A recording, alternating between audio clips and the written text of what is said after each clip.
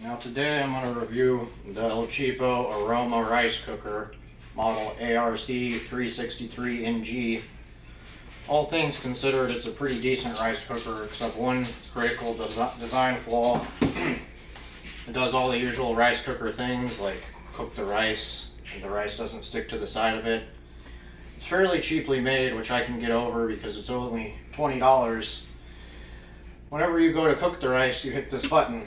And if you push this button just a little harder than it takes to push the button, the whole rice cooker tips over and you dump all your rice all over your kitchen floor, which is not a great thing.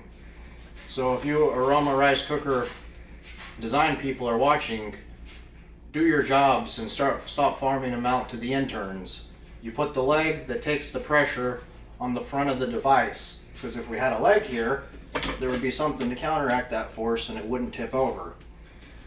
So if there's another $20 rice cooker that you may be considering, you might want to go with that one.